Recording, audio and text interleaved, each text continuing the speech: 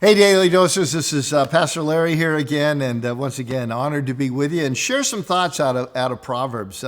Today I want to look at Proverbs chapter 3, verses 3 and 4, which is a passage that has two keys to winning friends and influence people. Out in the marketplace, in your home, within a ministry, anywhere you go, Solomon says, you know what? If you want favor in the eyes of other people, you want them to think well of you, wish well of you, and even help you along the way, this is what you do. And by the way, if you want a really good reputation, he says this is what you do. Now, the verse I'm going to read in just a few moments is kind of repeated in another part of Proverbs, and there he talks about how a king's throne is made secure. He's basically saying, hey, if you don't want a coup, if you want people to like your leadership, support your leadership, he says you need to give them these two things. And they're the same two we're going to read in just a moment as being the key to finding favor in the eyes of God and fellow men and women, and also the key to having a great reputation. So what is it? He says, Proverbs 3, verses 3 and 4, let love and faithfulness never leave you. Love, faithfulness, the two keys. I'll come back to those in a moment. He says, bind them around your neck. Write them on the tablet of your heart. And then, once you've done this, you're going to have these two things happen. You're going to win favor. People will be on your side. They'll root for you. They will help you. And a good name, a reputation in the sight of God and the sight of man. So, okay, I need to be a man or woman of love and faithfulness, but what does that look like as a dad? What does that look like as a middle management boss, as a boss? What does that look like in a ministry setting? What does that look like in all the places where we have relationships and we'd like favor from people and from God and we'd like a good rep? Well, it's pretty simple. The Bible is quite clear when it describes love. It is simply putting the needs and interests of other people as more important than your own. Now, there's 1 Corinthians 13 describes it in detail one way. Other passages describe it differently. Jesus talks about the whole law of God being summed up in this little soundbite. Love the Lord your God with all your heart, mind, soul, and strength, and your neighbor as yourself. Every one of it is about putting the other first.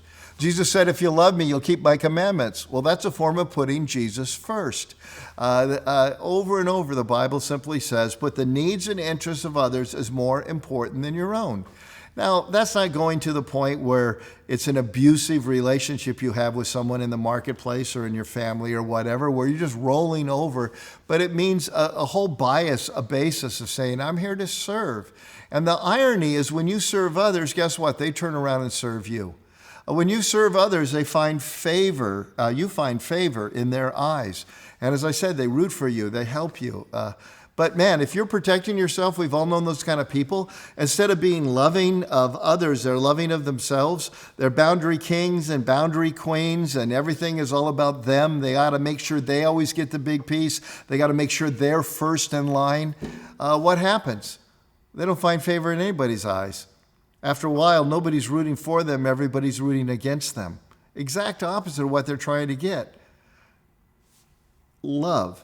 Putting the needs and interests of others as more important than our own. So what's faithfulness? Well, when we say God is faithful, we mean he does what he says. And faithfulness is really that simple. Faithfulness is simply being a person that is absolutely consistent. You can count on them. They do what they say. They say what they mean. And our Lord is like that. And if I'm living a faithful life, that means you can depend on me.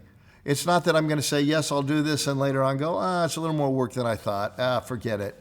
No, I even swear to my own hurt. I follow through on things. You can count on me. The opposite of faithful, I like to describe as the drunk dad. Some of you sadly had that, not as a theory, but a real experience. And you would come home and you never know what you got. Right? Is this a happy dad? Is this the mad dad? And what he's saying is you will never find favor. You will never find a good reputation when people can't figure you out. It's a sense of consistency. It's a sense of integrity that does what I say I'm going to do and can always be depended on to be the same person. That's how you influence people. That's how you win friends. And according to Solomon, that's how you get favor in the eyes of God and man. And if you're in a leadership role, that's how your throne is made secure. So let's walk in it. love and faithfulness, they win every time.